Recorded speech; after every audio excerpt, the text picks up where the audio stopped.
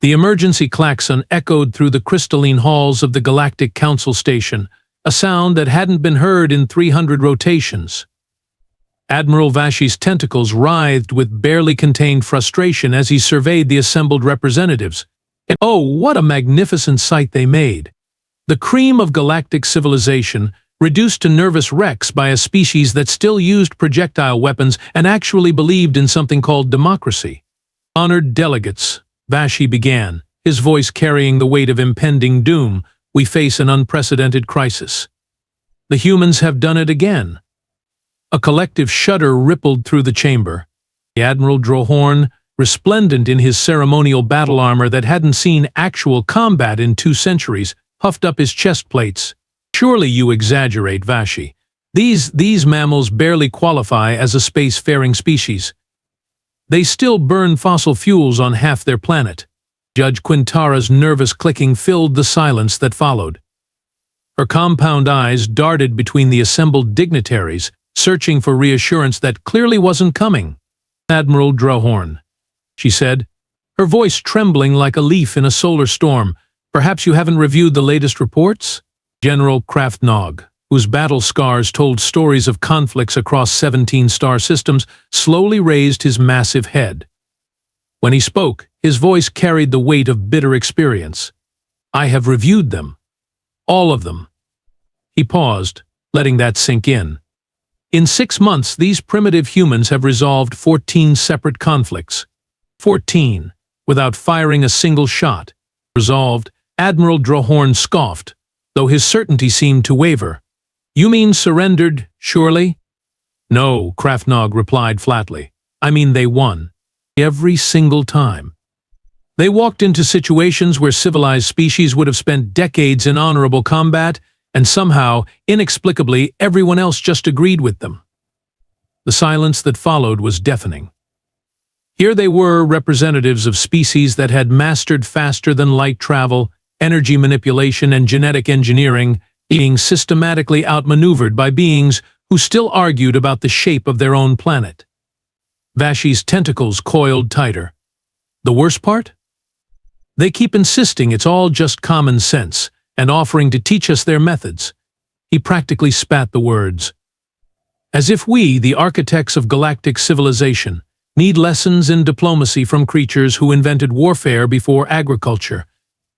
But they all knew the terrifying truth. Maybe they did. Let me take you back, Vashi continued, his voice dropping to a conspiratorial whisper, to 6 months ago. When we first encountered their diplomatic vessel. The assembled delegates leaned forward. They'd all heard fragments of this story, but never the full account from someone who'd been there. We were expecting warriors, naturally, Vashi said, his tentacles gesturing expansively. After all, our xenobiologists had analyzed their broadcasts. These humans glorified combat in their entertainment, worshipped ancient war leaders, and spent more on military hardware than most species spent on food.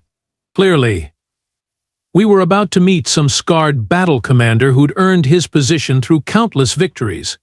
Judge Quintara's clicking intensified. But that's not what happened, was it? Oh, by the void? No. Vashi's tentacles practically drooped with the memory. Their ship arrives, broadcasting standard diplomatic frequencies. Professional enough, if you ignore their primitive fusion drives and laughable energy shields. We prepare the formal greeting protocols, expecting to receive some grizzled veteran of their endless tribal conflicts. Admiral Drohorn straightened his armor plates. And instead they send us Amy Kowalski.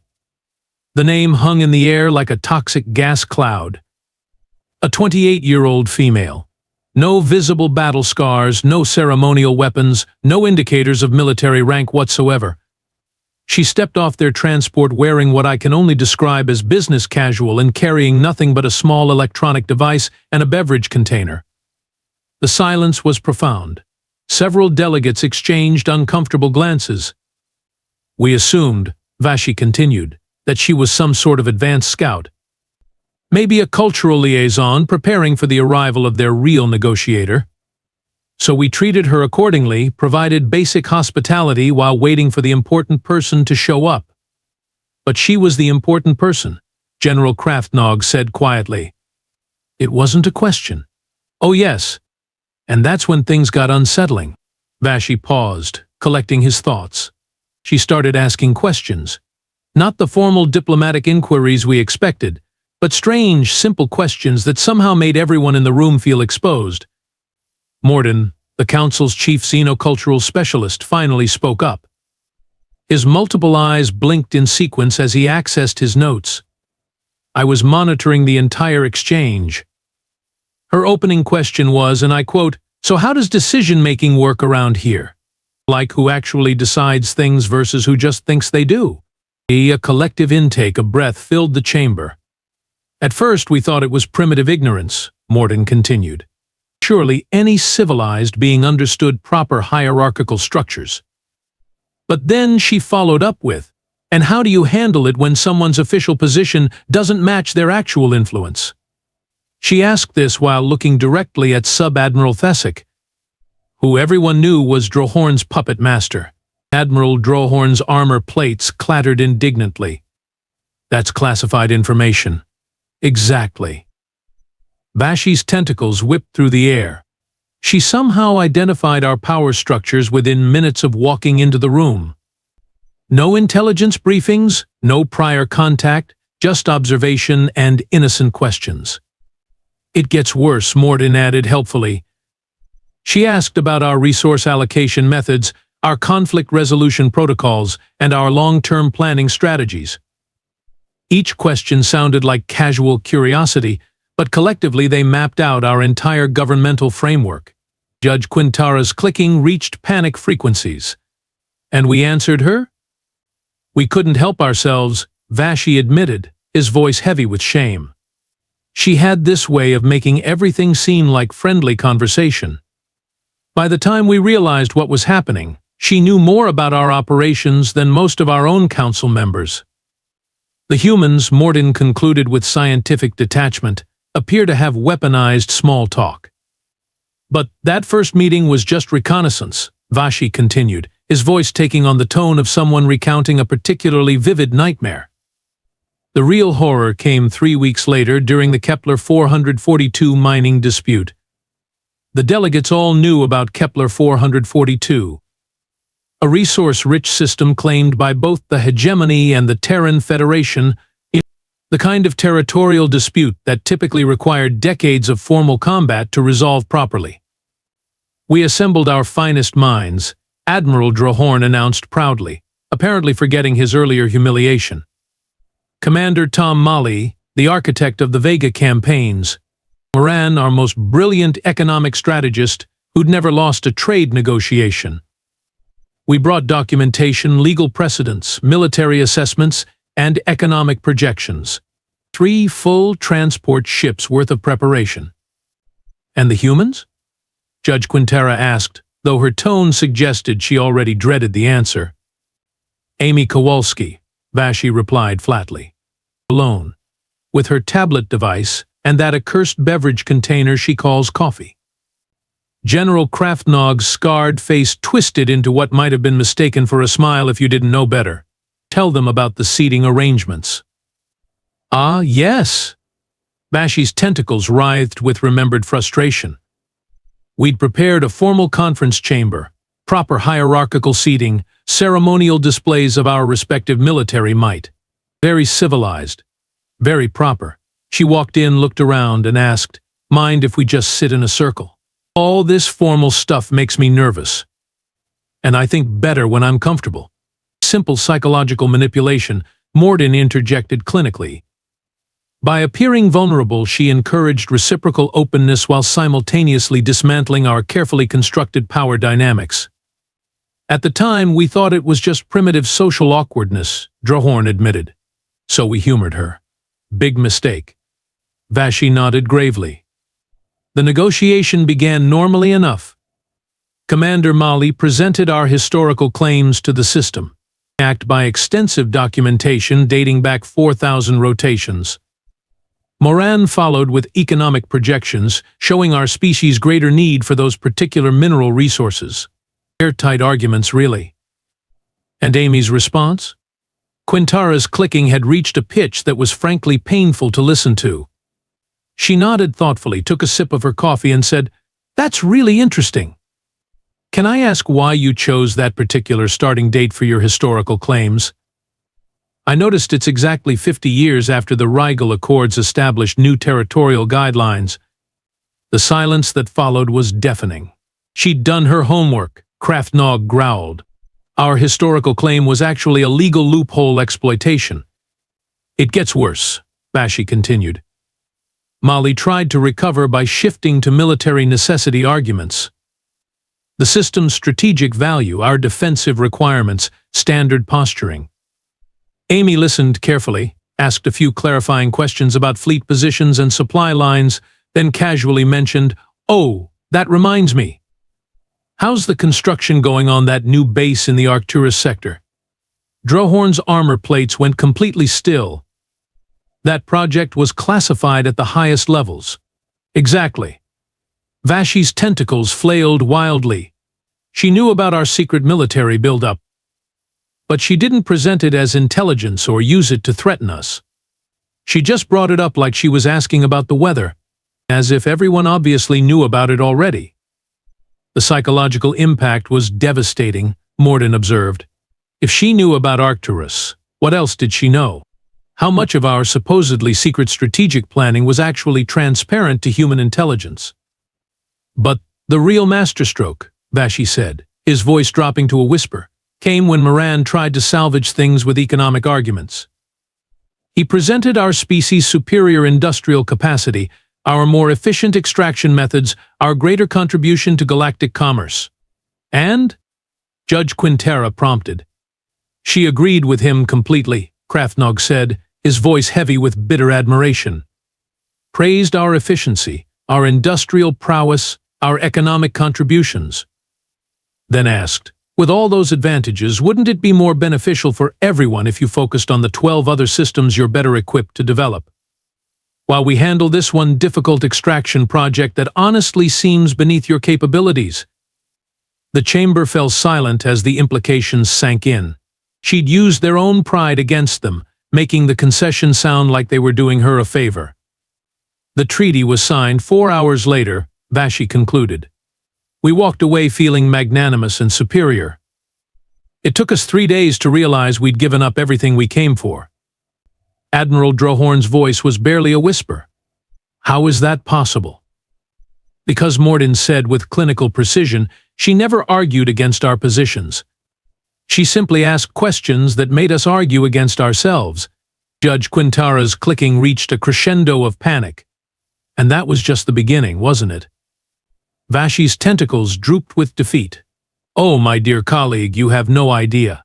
Quartermaster stepped forward, his multiple limbs clutching a stack of data tablets that seemed to multiply each time anyone looked away.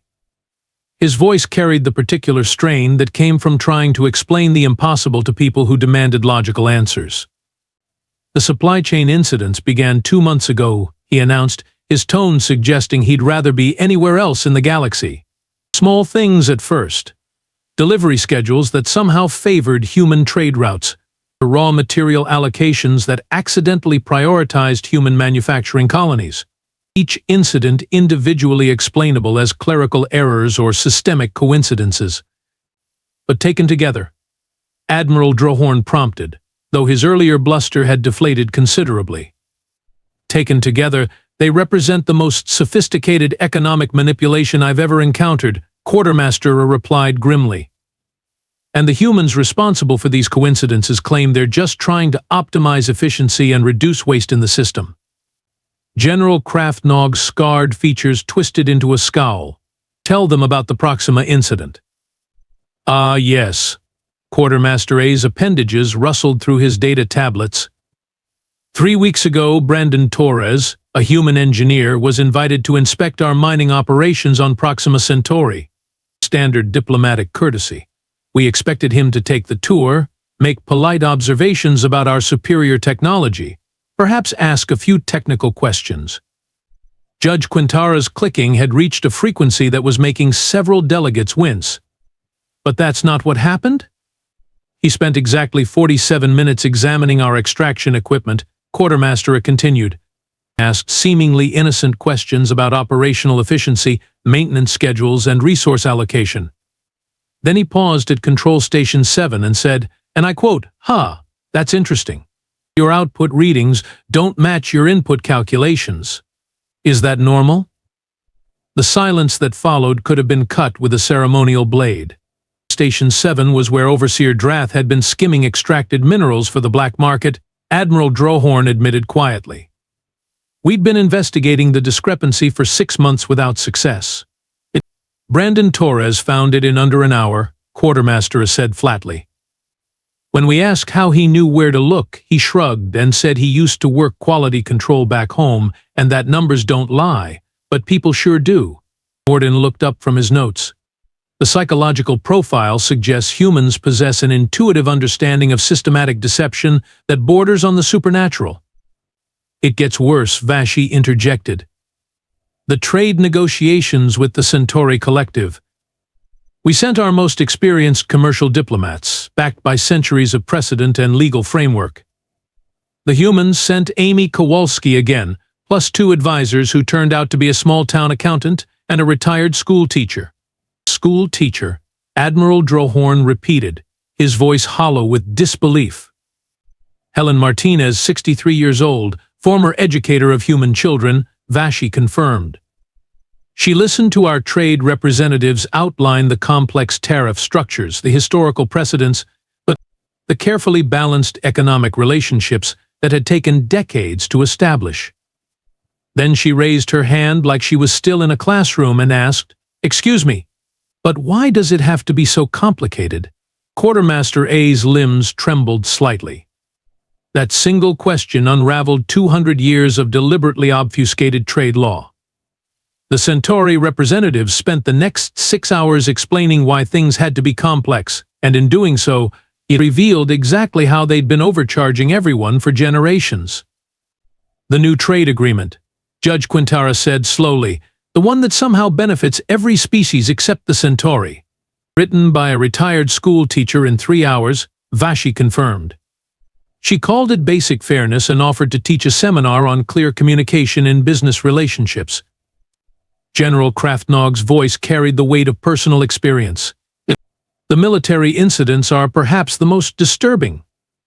Last month, Admiral Korath's fleet intercepted human vessels in the disputed Vega corridor. Standard territorial enforcement, completely legitimate. But prompted several delegates in unison. Amy Kowalski happened to be aboard one of the human ships, a personal vacation, according to their records. Korath followed proper protocol, demanded the humans explain their presence in restricted space. Standard posturing, really. Show of force, diplomatic intimidation. Kraftnog paused, his battle scars seeming to ache with the memory. She asked to speak with him personally. Korath agreed, expecting to deliver the usual ultimatum. Instead, she spent 20 minutes asking about his fleet deployment strategy, his command structure, his long-term career goals. His career goals? Drohorn's armor plates clattered incredulously. By the end of that conversation, Korath was questioning everything. Kraftnog continued. His positioning left his flanks exposed to enemy fire.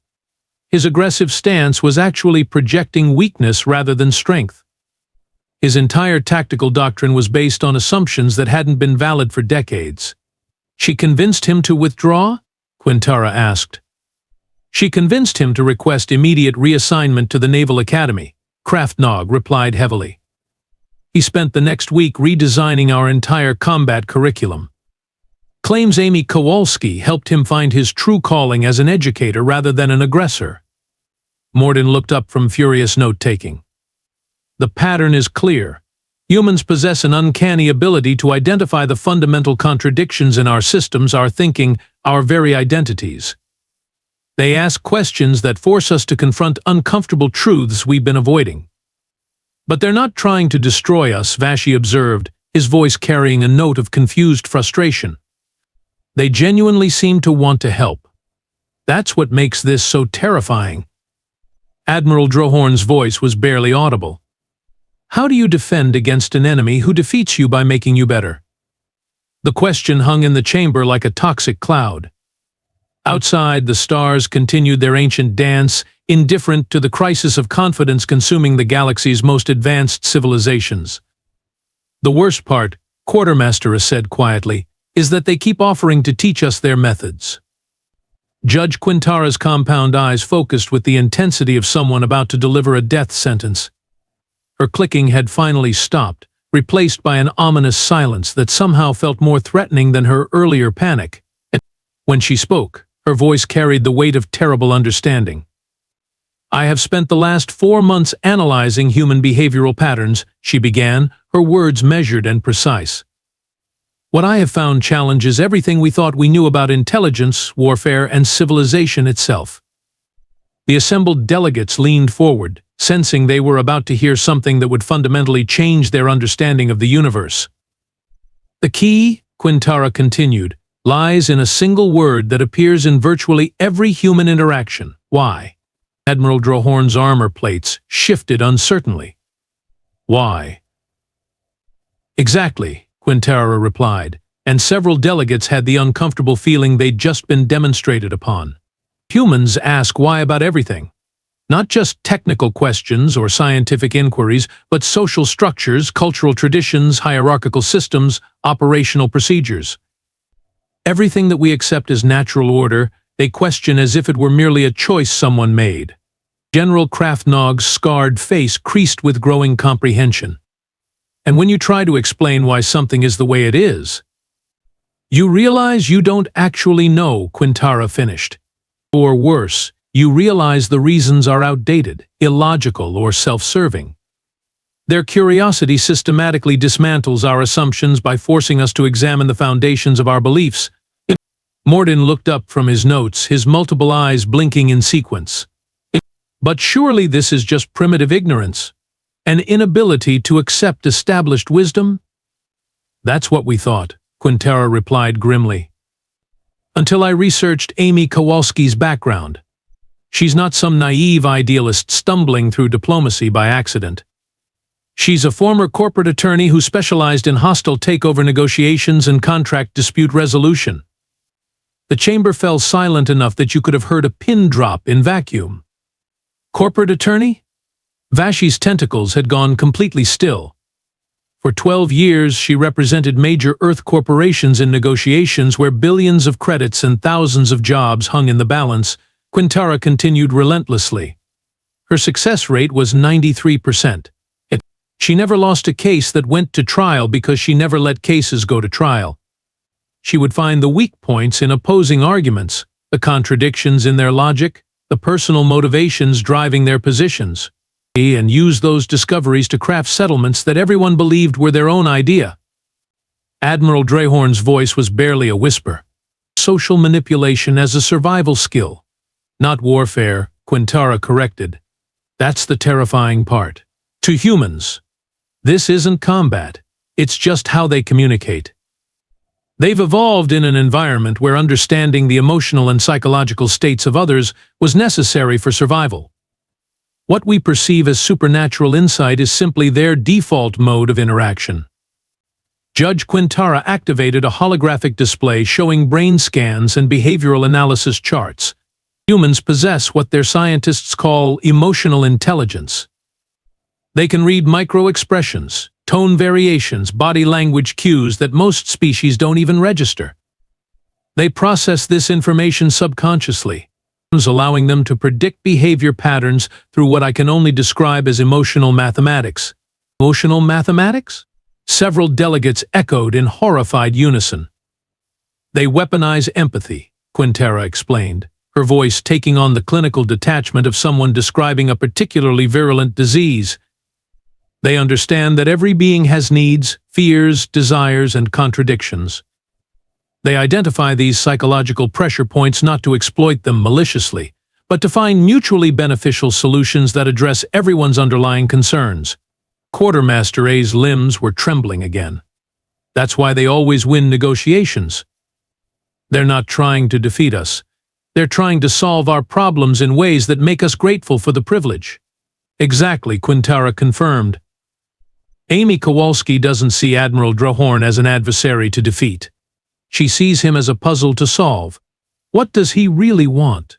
What is he afraid of? What would make him feel successful and respected? Once she understands his psychological landscape, she can craft solutions that give him everything he truly needs while achieving her own objectives. General Kraftnog's voice carried the hollow tone of complete defeat. How do you prepare for an enemy who studies your deepest needs and then fulfills them? You don't, Morden said quietly, his scientific objectivity finally cracking. Because they're not your enemy. That's what makes this so terrifying. Humans genuinely want everyone to succeed. They've found a way to turn conflict resolution into a form of aggressive kindness that leaves everyone feeling better about themselves while somehow advancing human interests. Admiral Vashi's tentacles coiled and uncoiled in agitation. So when Amy Kowalski offers to teach us better communication skills, she's offering to teach us how to understand each other the way humans understand us, Quintara finished. Complete psychological transparency. No hidden agendas, no unspoken assumptions, no comfortable self-deceptions. The implications hung in the air like a toxic gas cloud. The humans weren't conquering the galaxy through superior technology or military might. They were conquering it through radical honesty and aggressive empathy. The question, Judge Quintara concluded, is whether we're brave enough to learn. Admiral Vashi's tentacles writhed with the particular agitation that came from having to relive recent trauma. Which brings us to last week's incident. The one that prompted this emergency session. The delegates all knew something catastrophic had happened, but the details had been classified at the highest levels. Now, faced with the growing human threat, secrecy seemed not just pointless but potentially suicidal. The Andromeda Crisis, General Kraftnog said, his voice heavy with the weight of near disaster. 3 separate alliance factions on the brink of declaring war over mining rights in the outer spiral. The hegemony, the Trade Federation, and the military coalition had each secretly been building up forces for what promised to be the bloodiest conflict in galactic history. Admiral Drehorn's armor plates shifted uncomfortably. We all had legitimate claims. We all had legitimate claims, Vashi agreed, his tone dripping with bitter irony. And we were all prepared to kill millions to defend those claims. Standard civilized behavior, really. Except Amy Kowalski happened to be in the sector on another one of her diplomatic visits. Judge Quintara's clicking resumed, a staccato rhythm of barely controlled panic. She wasn't even supposed to be involved. This was an internal galactic matter. That's what made it so devastating, Kraftnog replied. She showed up to what she thought was a routine trade summit and somehow stumbled into the middle of our carefully orchestrated march toward mutual destruction. Morden looked up from his notes, his scientific curiosity overriding his growing dread. What exactly did she do? She asked questions, Vashi said flatly. Innocent, curious questions about why everyone seemed so tense. About whether the military buildup was related to the mining dispute. About whether anyone had considered that there might be enough resources for everyone if they just coordinated their extraction efforts. But that's not the terrifying part, Admiral Drehorn interrupted, his voice taking on the hollow tone of someone who'd witnessed the impossible. The terrifying part was how she exposed the conspiracy plots. Quartermaster A's limbs twitched with nervous energy. She wasn't trying to uncover anything. She was just making conversation. But somehow, in the course of casual small talk, she managed to reveal that Admiral Vorthak had been secretly negotiating with the Trade Federation, that Chancellor Zrix had been feeding intelligence to the military coalition, and that General Thane had been playing all 3 sides against each other. How? Several delegates asked in unison. By asking about their schedules, Vashi replied, his tentacles drooping with exhausted defeat. She mentioned running into Vorthak at the Centauri station, complimented Zrix on his interesting choice of advisors, and thanked Thane for the helpful insights he'd shared during their previous conversation.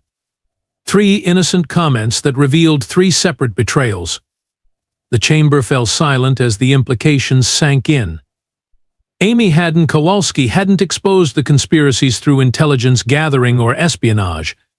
She'd simply paid attention to who was where, when, and with whom. The moment I realized my own secret alliance with the Rigel Syndicate was never secret, Admiral Drohorn said quietly, was when she asked me how negotiations were going with my friends from the Outer Rim. She said it like she was asking about the weather. But the final insult, General Kraftnog continued, came when the three factions, faced with their exposed duplicity, actually started shooting at each other. Real combat, ships exploding. The works. And Amy Kowalski stepped between three battle fleets and asked if they'd considered that maybe the real problem wasn't who got the mining rights, but why they all felt they needed to lie to each other about wanting them. Judge Quintara's clicking reached a crescendo. And they stopped fighting? They stopped fighting, Vashi confirmed. Within 6 hours, they'd hammered out a resource-sharing agreement that gave everyone more than they would have gotten through conquest. And Amy Kowalski stood there the entire time, offering helpful suggestions and making sure everyone felt heard. Then, Admiral Drohorn added with visible pain, she suggested we all seemed to have some communication issues that might benefit from professional mediation. She offered to arrange for human specialists to come teach us conflict resolution techniques and collaborative decision-making strategies. The silence that followed was profound. Here was the ultimate insult. After preventing a galactic war through casual conversation, the human had offered to teach them how to do it themselves. She knew about this emergency session before we'd even scheduled it, Vashi concluded. Mentioned that she hoped our strategy meeting would be productive and that she was available to help if we needed an outside perspective. The delegates stared at each other in horror. They weren't just being outmaneuvered, they were being parented. The silence stretched for what felt like eons before Admiral Vashi finally spoke, his voice carrying the weight of absolute defeat. So here we are, the finest military and diplomatic minds in the galaxy, reduced to emergency sessions about how to handle a species that wins wars by asking people to share their feelings. General Kraftnog's scarred features twisted into something that might have been a smile if it weren't so deeply bitter. I've spent my entire career preparing for every conceivable military threat: invasion fleets, superweapons, biological warfare, dimensional incursions. But nobody ever taught me how to defend against aggressive kindness.